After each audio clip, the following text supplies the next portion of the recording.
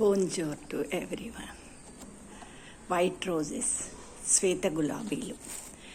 ప్రశాంతత మరియు నిశ్చల నీరవత కొరకు ఆరాటపడే ఓ ఆత్మలారా, శ్వేత గులాబీలు మీ హృదయాలపై వాటి ప్రశాంతమైన సువాసనలు వెదజల్లనివ్వండి అంటారు శ్రీమాత.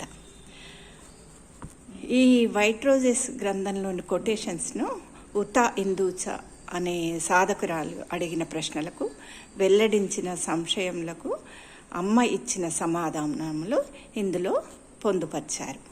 వాటినే మనము శ్వేత గులాబీలుగా చెప్పుకుంటున్నాము. ఉతా ఇందూచా గురించి ఇప్పుడు మనం చెప్పుకుంటే, ఆవిడ నాన్నగారు సౌత్ ఆఫ్రికాలో వ్యాపారం చేసేవారు. వారికి వజ్రాల గనులు, అలాగే చెరుకు తోటలు కూడా ఉండేవి.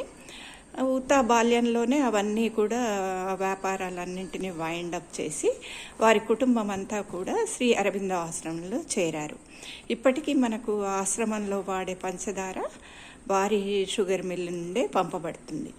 ఇక ఉతా గారికి ఏమాత్రం అంటే ఈ పెయింటింగ్ కానీ, చిత్రాలు కానీ అలాంటివి ఆవిడకు ఏమీ తెలియదు. అందులో కంప్లీట్ శూన్యంగా ఉన్న ఆవిడ అమ్మ స్పర్శతో, అమ్మ మెడిటేషన్ శ్రీమాత మెడిటేషన్ చేస్తూ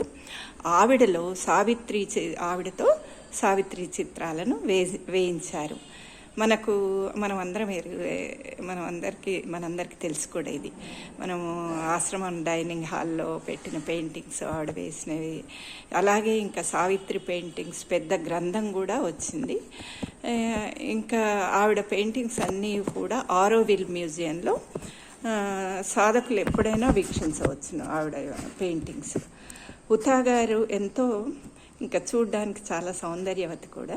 ఇక ఆవిడ సావిత్రి గురించి వెలువరించిన వాక్కులు ఊర్ధ్వలోకాల నుండి వచ్చిన మంత్రరాజ్యంలా అత్యంత మృదుమధురంగా ఉంటాయి. దివ్య స్పర్శతో ఆమె చిత్రాలు ఎంతో ఆహ్లాదాన్ని అతిలోకాలకు చేరవేస్తాయి మనను.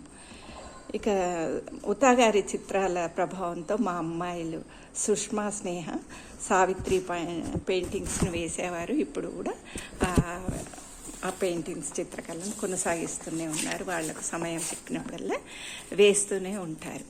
ఇక ఈ గ్రంథమును అవ్యావహన ట్రస్ట్ ద్వారా ప్రచురించారు. అవ్యవాహన ట్రస్ట్ ద్వారా ప్రచురించారు. ఉతా ఇందూచా శ్వేత గులాబీలు గ్రంథమును సంకలనం చేశారు. ఇందులో మనము 1955 జూన్ నుండి 1970 మార్చి వరకు ఉతా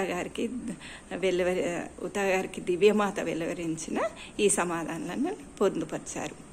ఇక అమ్మ మనకు అందించిన ప్రసాదంగా ప్రతిరోజు 2 లేక 3 కొటేషన్స్ను సుప్రభాత వేళలో ఇంగ్లీషు మరియు తెలుగులో ఆస్వాదిస్తాము మిత్రులారా. ధన్యవాదాలు.